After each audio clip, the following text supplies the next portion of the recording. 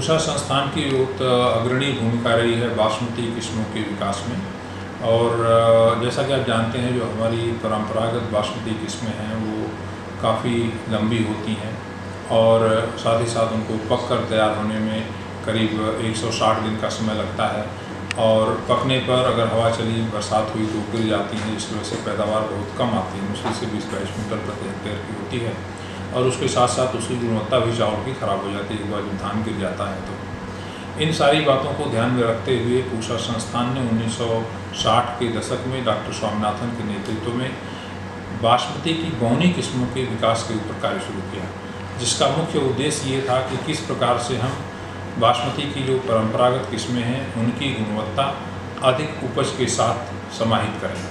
और इस दिशा में जो अनुसंधान कार्य हुआ, करीब 20 वर्षों के अनुसंधान कार्य के बाद सन 1989 में पहली बासमती की बौनी किस्म पूषा बासमती 1 विकसित हुई। इसको 1989 में विमोचित किया गया। किसान भाई इसको मुच्छल के नाम से भी जानते हैं और दुर्भाग्यवश कई बार इसको लोग डीवी के नाम से भी जानते हैं, डुप्लीकेट बासमती के नाम से इसको जानते हैं। ऐसा सुनने में बहुत कष्ट होता है, जो कि एक ऐसी किस्म जिसने कि बासमती के उत्पादन में एक क्रांति लाई। जो पैदावार पहले 2.5 टन प्रति हेक्टेयर हुआ करती थी बासमती की परंपरागत, वो पूषा बासमती 1 के आने के बाद बढ़ करके करीब 50 से 60 कुंटल प्रति हेक्टेयर की हो गई। उसके बाद सन 2003 में हमने एक और नई किस्म का विकास किया, जिसका नाम है पूषा बासमती 1121। तो ये किस्म जो है आज की सबसे प्रचलित किस्म है, जिसकी खेती करीब 1.35 मिलियन हेक्टेयर क्षेत्रफल में होती है। बासमती का कुल रकबा जो है करीब 20 लाख हेक्टेयर यानी कि 2 मिलियन हेक्टेयर का है। उसमें पूषा बासमती 1121 अकेले करीब 13.5 लाख हेक्टेयर क्षेत्रफल में इसकी खेती की जाती है। और पकाने के बाद इसके चावल की लंबाई करीब 20 से 22 मिलीमीटर तक हो जाती है। और इस किस्म की अंतर्राष्ट्रीय बाज़ार में बहुत ही मांग है। और इसके चलते आप जानते हैं कि भारत के द्वारा जो बासमती चावल निर्यात किया जा रहा है अंतर्राष्ट्रीय बाज़ार में, करीब करीब उसका कुल मूल्य इस समय 21,000 करोड़ रुपए है, जबकि ये इससे ज़्यादा भी था। पिछले 2 वर्ष पहले करीब 30,000 करोड़ रुपए की विदेशी मुद्रा का अर्जन बासमती के निर्यात से किया गया और अभी हम करीब 21,000 करोड़ रुपए का बासमती निर्यात कर रहे हैं। तो बासमती 1121 के बाद सन 2013 में हमने पूषा बासमती 1509 एक किस्म का विकास किया। ये बौनी किस्म है, इसकी ऊंचाई 1121 से कम होती है, गिरती नहीं है और आसानी से झड़ती नहीं है। कि 1121 खेत में अगर कटाई में 2 दिन 3 दिन लेट हो जाता था तो वो झड़ जाती थी। तो एक उसमें कमी थी, इसको भी हम लोगों ने इसमें दूर किया। और इसके साथ साथ यह 120 दिन के अंदर पककर तैयार हो जाती है बासमती 1509 और इसकी पैदावार करीब 65 क्विंटल प्रति हेक्टेयर के आसपास होती है। तो इस किस्म की भी खेती काफ़ी बड़े पैमाने पर इस वर्ष विशेष रूप से किसानों ने बड़े पैमाने पर 1509 लगाया है। साथ ही साथ इसके पहले कुछ और किस्मों का हम लोगों ने विकास किया, जिसमें कि उन्नत पूषा बासमती 1 2007 में। जैसा कि आप जानते हैं, पूषा बासमती 1 की खेती जब बहुत व्यापक पैमाने पर शुरू हुई तो उसमें धीरे धीरे कई बीमारियां आने लगी और एक बीमारी है पत्ती का झुलसा, जिसको हम बैक्टीरियल ब्लाइट बोलते हैं। तो इसका प्रकोप पूषा बासमती 1 में बहुत ज़्यादा होने लगा।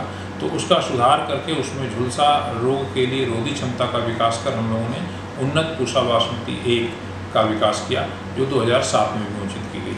2008 में हमारी एक और नई किस्म आई पूषा बासमती 6, जिसको 1401 के नाम से जानते हैं। गुणवत्ता के दृष्टिकोण से बहुत ही अच्छी किस्म है और उसकी पैदावार करीब करीब 30 क्विंटल प्रति एकड़ की हो जाती है, यानी कि 70 से 75 क्विंटल प्रति हेक्टेयर इसकी पैदावार किसान भाई ले लेते हैं। खासकर सिरसा, फतेहाबाद इन क्षेत्रों में इसकी खेती बड़े पैमाने पर की जा रही है।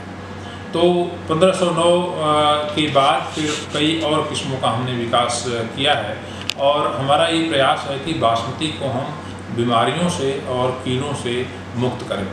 मुख्य रूप से अगर देखें तो बासमती के अंदर जो बीमारियां लगती हैं या चावल में सामान्य तौर पर बीमारियां लगती हैं, उसमें पत्ती का झुलसा रोग, जिसको बैक्टीरियल ब्लाइट कहते हैं, पत्ती का झोंका रोग, जिसको कि हम ब्लास्ट बोलते हैं, और इसके साथ ही साथ गर्दन तोड़ बीमारी, जिसको हम नेक ब्लास्ट के नाम से जानते हैं, ये काफ़ी नुकसान करती है। उसी तरह से बुतान झुलसा, जिसको हम शीथ ब्लाइट के नाम से जानते हैं, इसका भी काफ़ी प्रकोप होता है। कीटों की अगर बात करें तो उसमें तनाछेदक कीट है, पत्ती लपेट कीड़ा है और इसके साथ साथ जो सबसे खतरनाक कीड़ा है वो छोटा कीड़ा होता है, जिसको हम भूरे रंग का फुदका यानी कि ब्राउन प्लांट हॉपर, इसको किसान भाई तेला या चेपा के नाम से जानते हैं। तो ये जब फसल में बाली निकलने की अवस्था होती है उसमें इसका प्रकोप होता है। दिवाली वगैरह के समय जो है अक्टूबर के पहले हफ्ते से लेकर के अंत तक, और इसके प्रकोप के होने से तने के निचले हिस्से में बैठता है, वहाँ से तने का सारा रस चूस लेता है। दाना भरा होता है तो उसका भी रस चूस लेता है और इसके बाद सारा पहिया हो जाता है और खेत गिर जाता है। तो हमारा प्रयास यही है कि किस प्रकार से हम बासमती किस्मों में रोग रोधी और कीट रोधी क्षमता का प्रयास करें, विकास करें। और इस दिशा में हमने जो प्रयास किया है उसमें हमने एक किस्म अभी निकाली है, पूसा बासमती 1637। तो पूसा बासमती 1637 किस्म जो है पूसा बासमती 1 का सुधार है, जिसमें कि पत्ती का झोंका रोग यानी ब्लास्ट की बीमारी नहीं लगती। यह किस्म गत वर्ष ही विमोचित की गई है। उसी तरह से एक और नई किस्म है पूसा बासमती 1728, जिसमें कि हमने पत्ती का झुलसा रोग रोधी क्षमता का विकास किया है, और यह पूसा बासमती 6 यानी 1401 का सुधरा हुआ रूप है। इस वर्ष पूसा बासमती 1718 एक नई किस्म अभी विमोचित होने जा रही है, जो कि 1121 का सुधार है। उसमें पत्ती का झुलसा रोग यानी बैक्टीरियल ब्लाइट नहीं लगता है। और अब आगे हम प्रयास ये कर रहे हैं किस प्रकार से एक ही किस्म के अंदर झुलसा के लिए, झोंका के लिए, इन सारी बीमारियों के लिए रोग रोधी क्षमता का विकास किया जाए।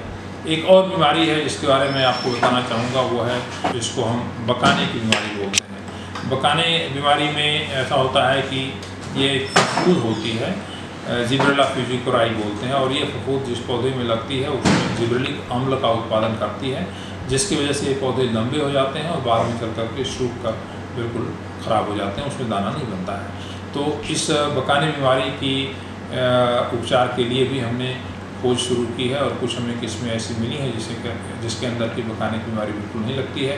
उन जीनों को हमने चिन्हित किया है, क्या कारक है जिसकी वजह से कि इसके अंदर रोग रोधी क्षमता है, और उसका हम हस्तांतरण अब पूसा बासमती 1121 और 1509 और 1401 में कर रहे हैं। तो इससे हमें जो है बकाने बीमारी से भी निजात मिलेगी। तो ये हमारा मुख्य प्रयास है, और इसके साथ ही साथ आगे आने वाले दिनों में हम इस बात पर भी कार्य कर रहे हैं किस प्रकार से चावल की जो न्यूट्रिशनल वैल्यू है उसको बढ़ाया जाए, उसमें आयरन की मात्रा, जिंक की मात्रा बढ़े, और इससे जो है चावल एक संपूर्ण आहार के रूप में विकसित हो। क्योंकि आमतौर पे हम ये देखते हैं कि चावल में कार्बोहाइड्रेट पाया जाता है, और कार्बोहाइड्रेट के अलावा उसमें प्रोटीन बहुत कम मात्रा में होती है, 6 से 7% के आसपास होती है। आयरन और जिंक बिल्कुल नहीं होता है। तो इन सब चीज़ों का सुधार करके हम चावल को संपूर्ण आहार के रूप में विकसित कर सकते हैं।